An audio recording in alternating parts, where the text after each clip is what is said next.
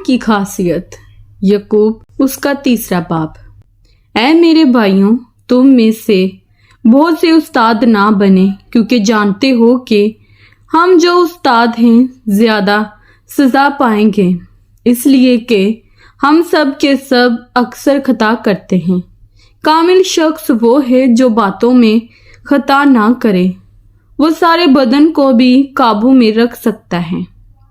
जब हम अपने काबू में करने के लिए घोड़ों के मुंह में लगाम दे देते हैं तो उनके सारे बदन को भी घुमा सकते हैं। देखो, जहाज भी अगरचा बड़े बड़े होते हैं और तेज हवाओं से चलाए जाते हैं, तो भी एक नहायत छोटी सी पतवार के जरिए से मांझे की मर्जी के मुआफिक घुमाए जाते हैं। इसी तरह जुबान भी एक छोटा सा अज़ू है और बड़ी शोखी मारता है।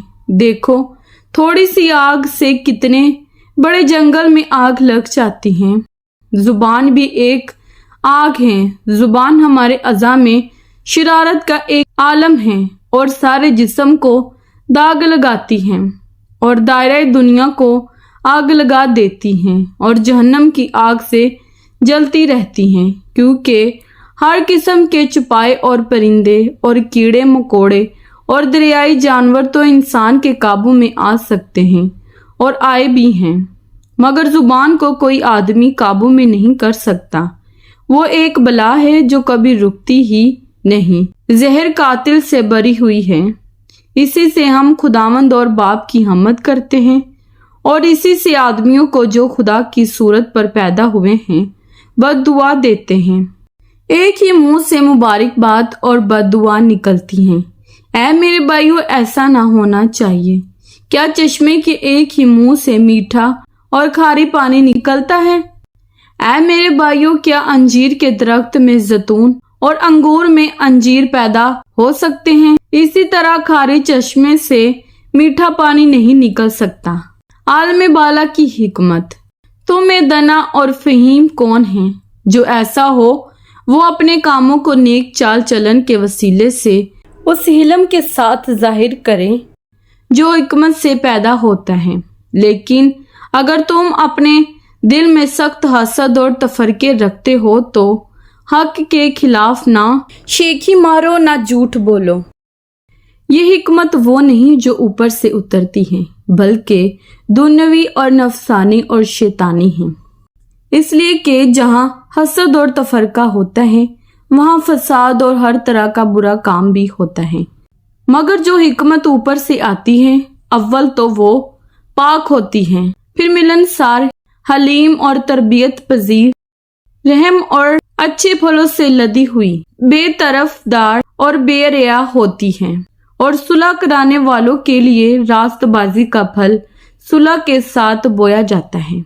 दुनिया से दोस्ती। यकूब उसका 4 बाब। तुम में लड़ाइयाँ और झगड़े कहाँ से आ गए?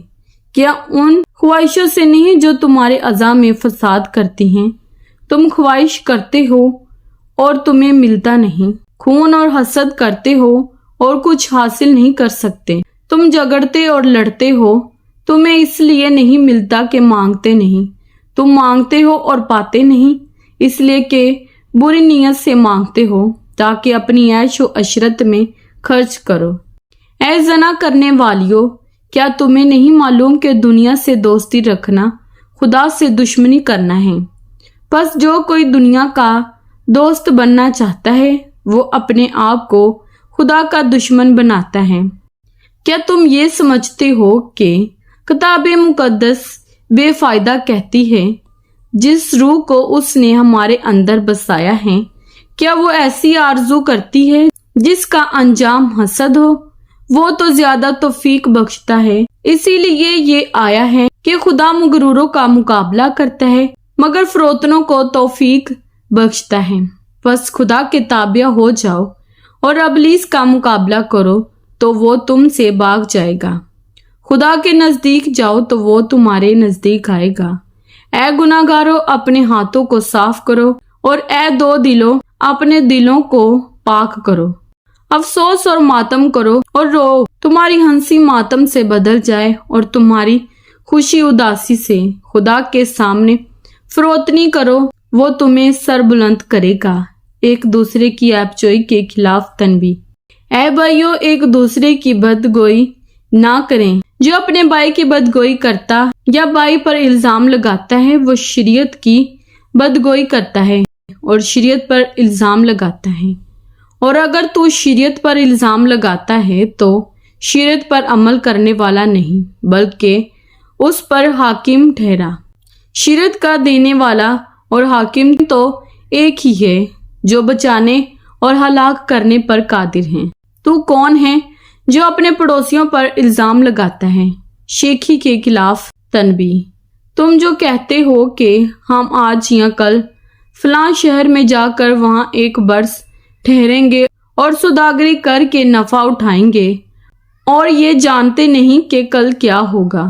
जरा सुनो तो तुम्हारी जिंदगी चीज ही क्या है। बुखारात का सा हाल है, अभी नजर आए अभी गायब हो गए। यूं कहने की जगह तुम्हें ये कहना चाहिए कि अगर खुदावन चाहे तो हम जिंदा भी रहेंगे और ये या वो काम भी करेंगे। मगर अब तुम अपनी शेखी पर फख्र करते हो। ऐसा सब फख्र बुरा है। बस जो कोई भलाई करना जानता है और नहीं करता उसके लिए ये गुनाह है। कलाम पाक के पढ़े और सुने जाने पर खुदावंद की खास बरकत हो। खुदावंद का शुक्र हो। आमीन। खुदावंद आप सबको बरकत दे। आमीन।